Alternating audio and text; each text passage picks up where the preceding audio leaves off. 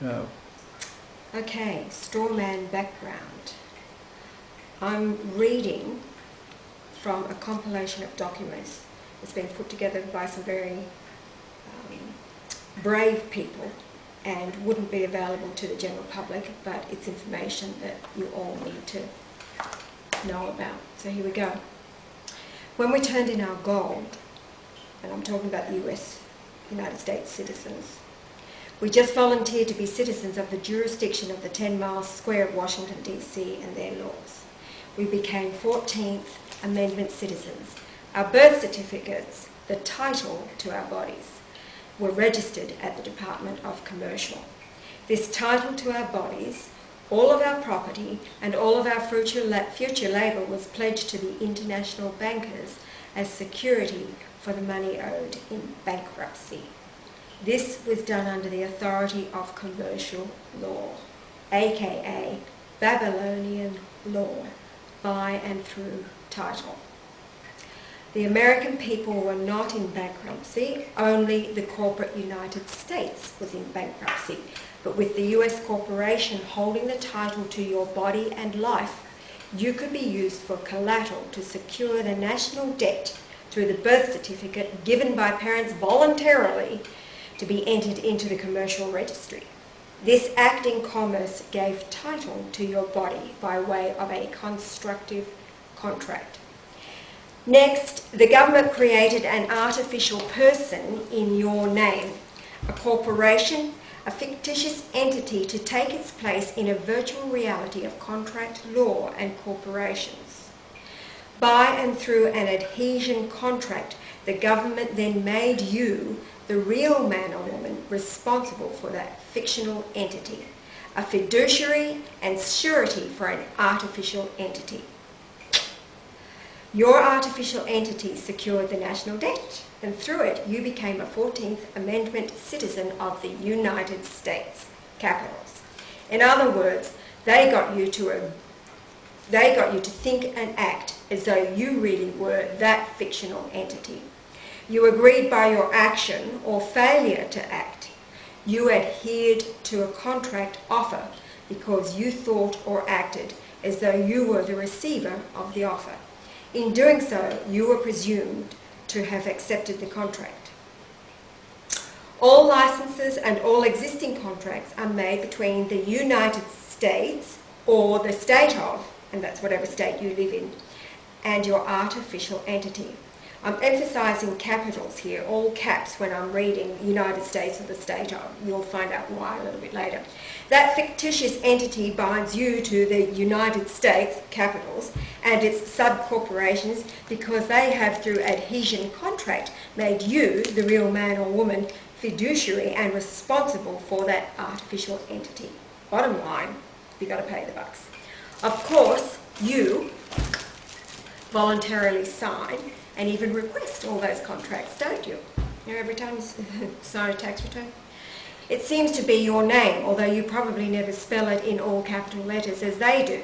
They wish for you to think nothing of the aberration, perhaps just something they do to be clear and error-free. All of these contracts you sign carry with it your agreement to obey and uphold all the laws, rules and regulations passed by the Congress of the United States Corporation, all capitals, and the state of, all capitals, and will be enforced against you. From that day forward, we the people, once upon a time sovereigns who created government for our convenience and welfare, could never own property in allodium, I guess that means in total, in freedom, because the state now had possession of it all. In 1964, the state obtained title to all private property. You can only rent homes that you believe you own by paying taxes. You have a certificate of title to the car you think you own, and you continue to drive it because of your yearly fee through registration and licenses. The state owns the true title to your homes and your cars and everything that you thought or think that you owned. Here comes the crunch. You married the state through your marriage license, and your children became wards of the state.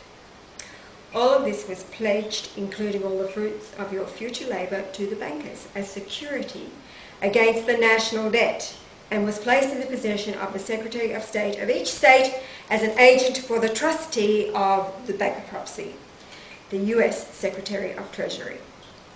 Not knowing the rules of the game, you went directly to jail. You could not pass go and you could not collect $200. Okay, what does it all mean? Well, there's a title here that says Cows in the Pasture or Freedom, the Hidden Choice. Okay. The way out of this dilemma can be very complex. In fact, its complexity was intentional. Roosevelt had violated the law by placing us into servitude without our consent. Congressman Lewis T. McFadden brought formal charges against the Federal Reserve and the Secretary of the Treasury and was coming dangerously close to calling for impeachment of Franklin D. Roosevelt.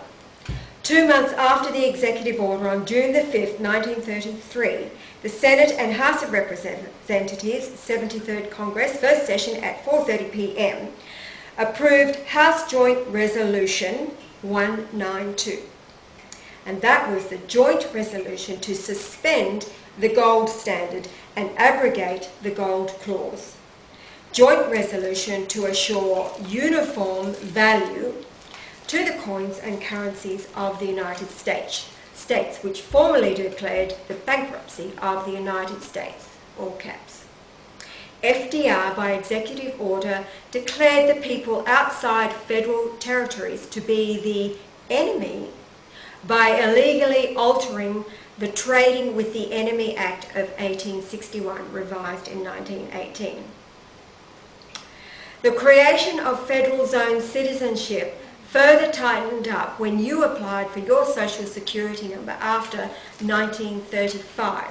The benefits offered by this contract were hurriedly and voluntarily entered into when the Social Security Act was signed into law. Further contracts were to be entered into and licensed to be applied for all voluntary actions. We unknowingly were entering into lifelong servitude to receive the benefits of the Lord of the Manor. Bottom line, we had descended into feudal vassalage without recognising it, aka slaves. The system of negotiable paper, that's the currency that we're all used to, binds all corporate entities of government together in a vast system of commercial agreements and is what has altered our court system from one under the common law to a legislative Article 1 court or tribunal system of commercial law.